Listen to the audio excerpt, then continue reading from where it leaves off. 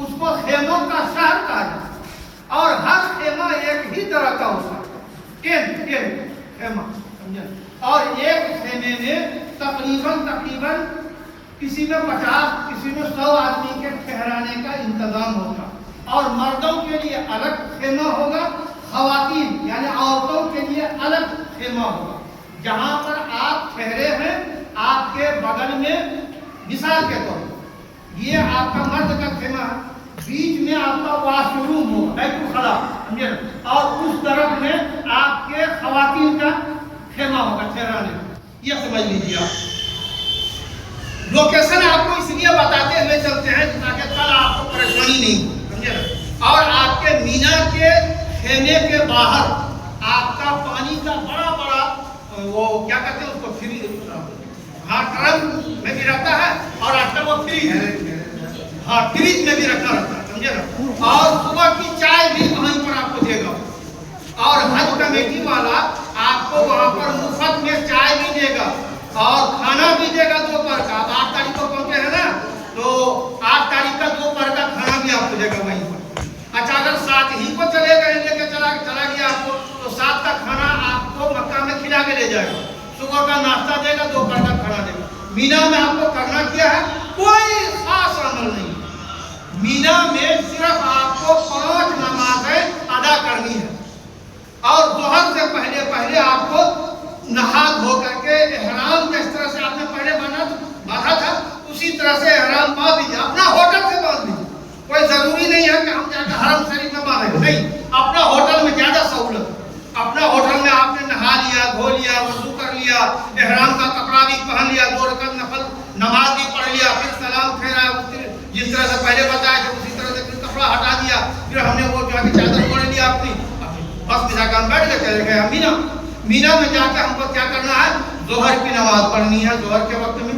عصر کی نماز، مغرب کی نماز، عشاء کی نماز، یہ 4 نماز پڑھ کے ہم کو سو جانا ہے، اور اگلی صبح فجر کی نماز یعنی 9 تاریخ کے فجر کی نماز بھی ہم کو مینا ہی میں ادا کرنی، یہ ہے سنت۔ لیکن اگر آپ کو 7 کو لے کے چلا گیا ہے تو آپ کو عشاء کی نماز پڑھ کے لے گیا ہے، کہا جا کے وہاں فجر پڑھیں، بجائے ظہر کے فجر ہی سے آپ شامل ہو جائیں گے وہاں پر، وہاں پر پھر آپ کو فجر پڑھنے کا موقع نہیں دے گا، وہ جیسے لے گیا ہے ویسے نکالے گا، پھر وہ 8 تاریخ کی رات میں آپ کو لے کر عرفات کی طرف چلے گا، اور اگر کسی کو 9 تاریخ کو لے جا رہا ہے یہ سبحان اللہ اچھی بات ہے۔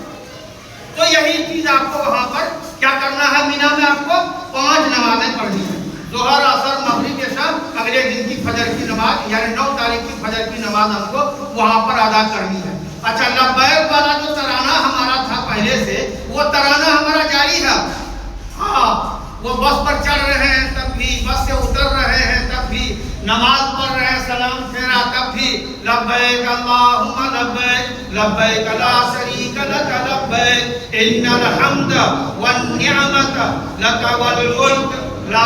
شریک لک، یہ ترانہ ہمارا ہر وقت جاری رہے گا، سمجھے نا؟ اور یہ ہم نے مینا میں یہ کام ہمارا ہو گیا۔ اچھا دیکھیے موقع ملا ہے تو قرآن کی تلاوت بھی کیجیے، وہاں استغفار پڑھیے، درود شریف پڑھیے، رات میں اٹھ کے تہجد کی نماز پڑھیے، اس لیے کہ وہ مشعر حرم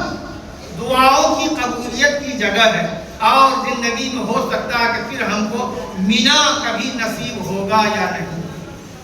ہو سکتا ہے ہماری زندگی میں یہ آخری مرتبہ کا مینا کا دیدار ہمارا ہو رہا ہے، اس لیے ہم مینا میں جا کر کے۔ اچھا ایک بات اور یاد رکھیں، مینا جب آپ پہنچ گئے ہیں تو ہم بار بار کہتے ہیں لوکیشن کے بارے میں،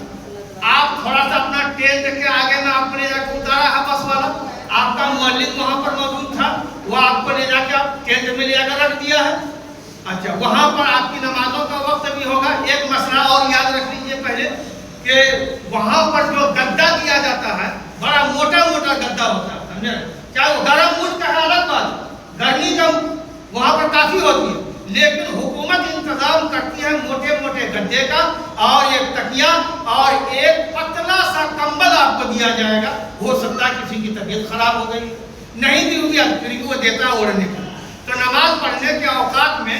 گدے میں نماز کراہت کے ساتھ ہوتی ہے، مکروہ ہوتی ہے، اس لیے گدا اٹھا